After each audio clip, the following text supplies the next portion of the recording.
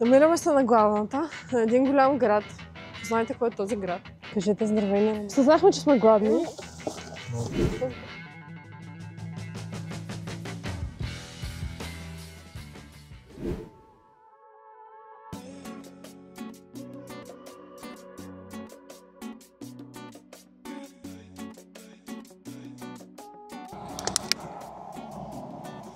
Да се виждаш ти.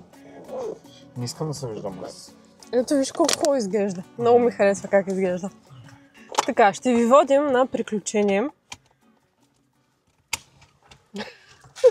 Какъв е проблема сега? Няма. Ти да се виждаш. Ще се виждам, бе. Само, че тебе да се... Ще ви водим на приключения. Ще експлорваме нови низини и равнини. И от много време търсим да се вземем карта. Взехме си карта на България и най-после успяхме да намерим, защото до сега всички бяха само на определени зони, примерно нали, на Пила. Това е Рила и Пирин в едно. На Рила, на Пирин, на всякакви такива. Тук децата се възхищават на диджея. Аз не знам как да отворя. Не можеш да я разтвориш цялата. Така ли? А добре, как да? Айде, аз ще ти помогна. И част от Румъния.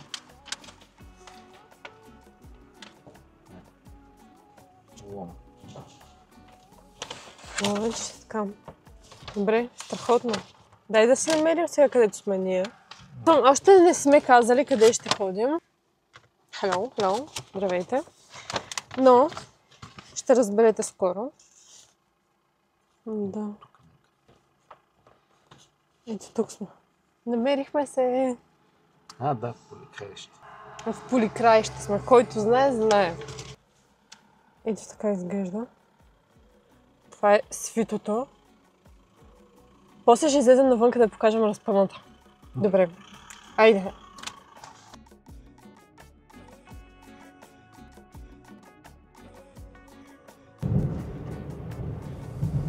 Тук има нещо интересно.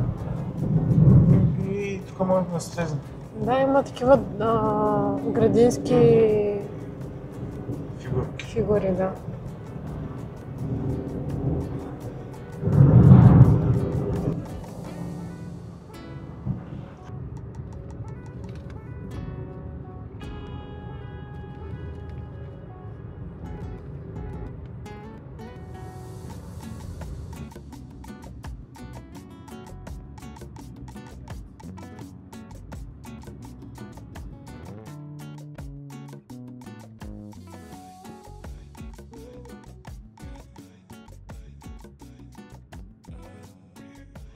Стигнахме! Имахме естествено забавление по пътя. Това ми е първия влог, който правя отвън и ми е странно. Тоест не е първия, но първия беше в друга държава и никой не ме разбираше. Тук ме разбират хората. Все още сме в България, за сега. Нищо не е решено, на границата сме. Някой знае ли къде сме?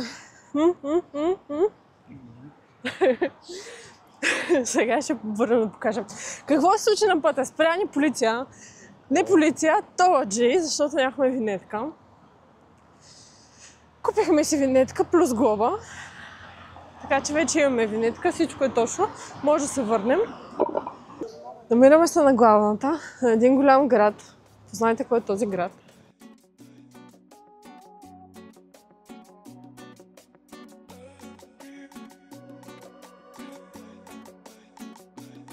Намираме се в Балканската Виена, а именно Русе. Руси.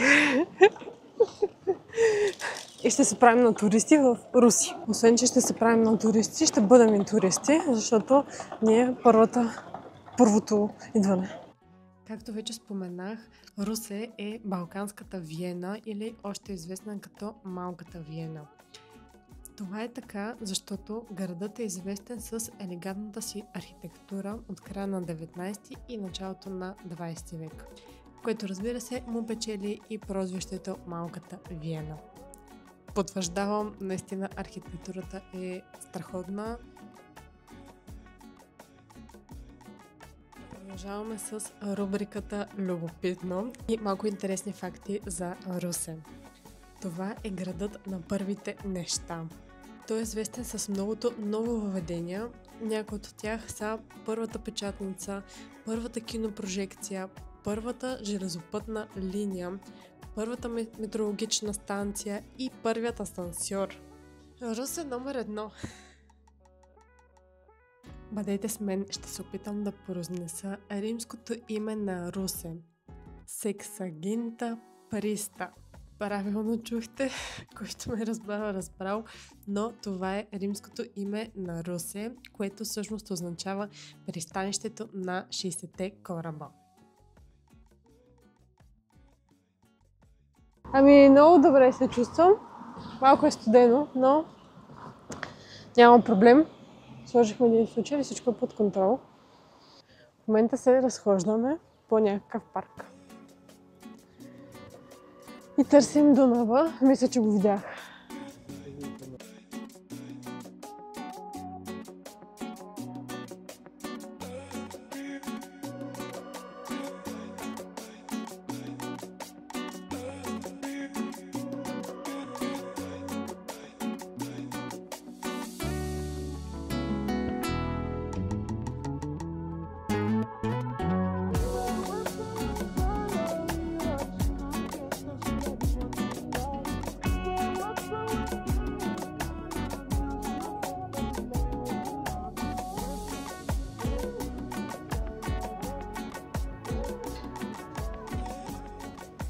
Видях нещо интересно. Искам да ви покажа този блок. Какво има? Поздрави на позналите се от блока. Но имат барбекю на терасата. Всичките нагоре имат комин явно и вградено барбекю. Много яко. Според теб дали го използват хората? Не знам, аз ако съм само там ще бъда. Гълба си има гнездо. Нещо вика.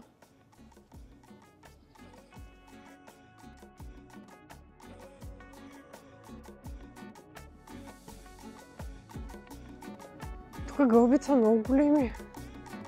Гледай го този. Това е направо пуйка.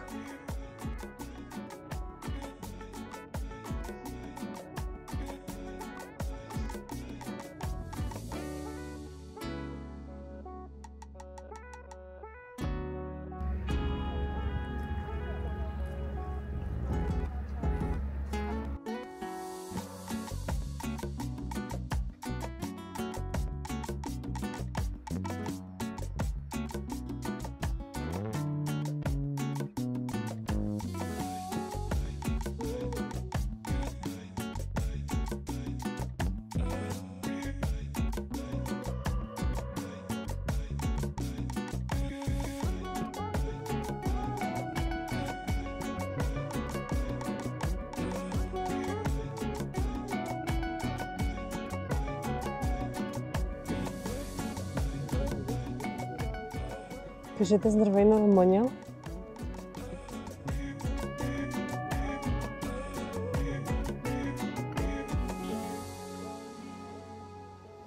Има риба.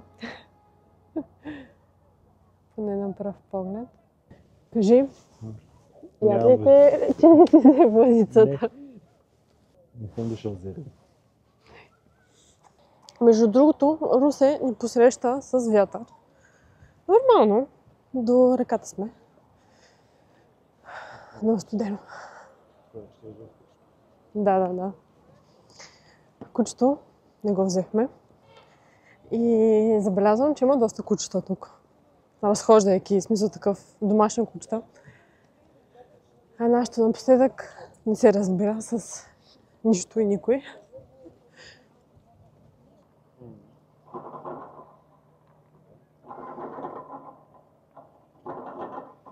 Сега котва ли пуска? Да направи така котвата в пясък.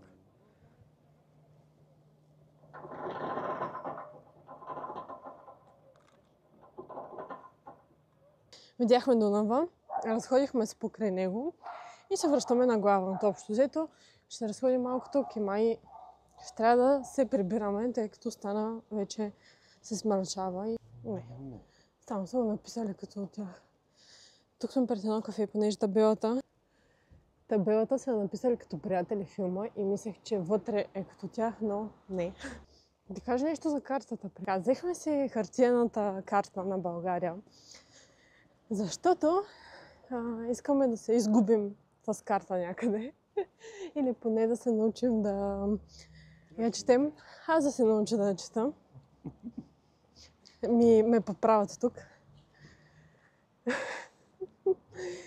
И се надявам някои от следващите пътувания да го направим, вече пристичаме, да го направим така, да тръгнем на някъде само с картата и да се ориентираме с нея, да се загубим из България.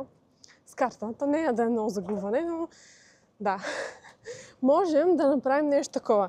Отваряме картата, разтваряме тя както е голяма, затваряш си очите и посочваш на къде и тръгваме натам. Каза, че е съгласен. Това е добро напомняне да се абонирате за канала, да ни последвате, да ни споделите с приятел, който може би ще хареса нашите видеа. Решихме да отидем до парка, също така. Трябва да намерим откъде се влиза. Намираме се в парка на възрожденците. Интересно за този парк е, че е разположен на мястото на старото русенско гробище. Да, гробище. Което, разбира се, придава на мястото една особена атмосфера. Определено е изненадващо, когато влезеш в парка, да те посещнат гробища.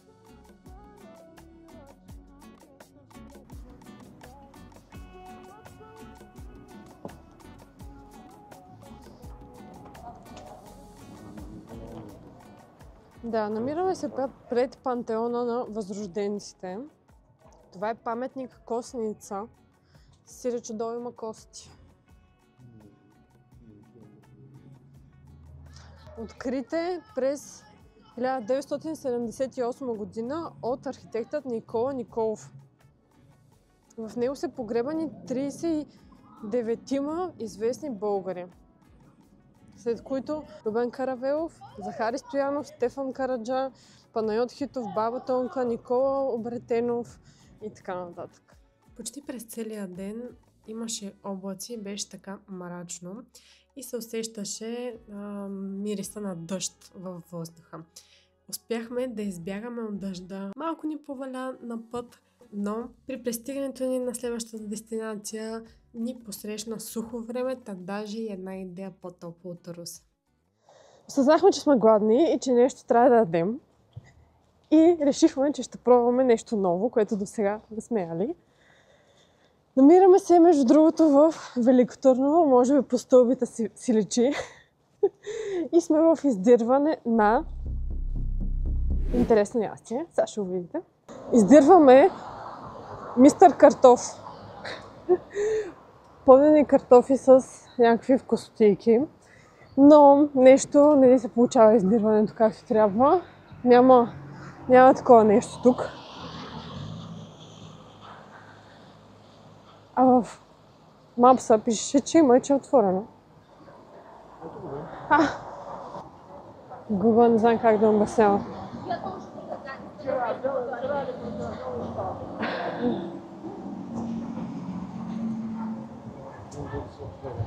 Да. Добре. Ние сме в грешка. Мапса ни подведе. Всичко беше наред, бяха отворени, намерихме ги и си взехме пълнен картоф. Два пълнени картоф. Сега ще ги видим. За мен Така. Имаме с бекон.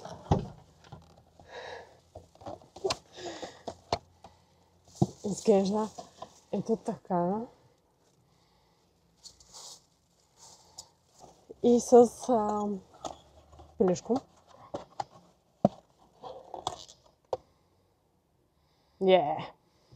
Време е за пробване. Моя е с халапеньо. Тъй, че трябва да е леко пикантен. На мен. Окей.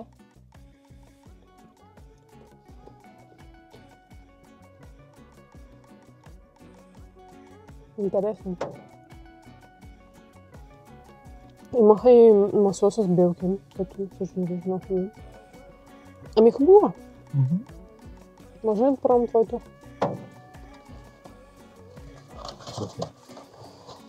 Ама не вземеш ти да направиш от моето. Царицата предполагам, че не ти харесва.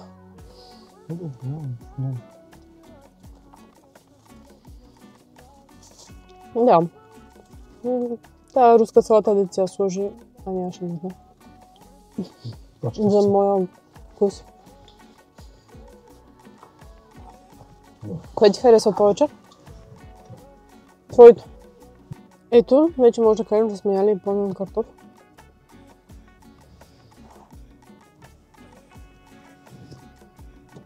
Да. Така изглежда. Не е малък. Никак даже. Между другото има опция да си направиш каквито искаш. Ние изпробвахме тези, които вече бяха направени от заведението. Мисля такъв... Как да го кажа? Да, комбинациите, които вече съществуваха.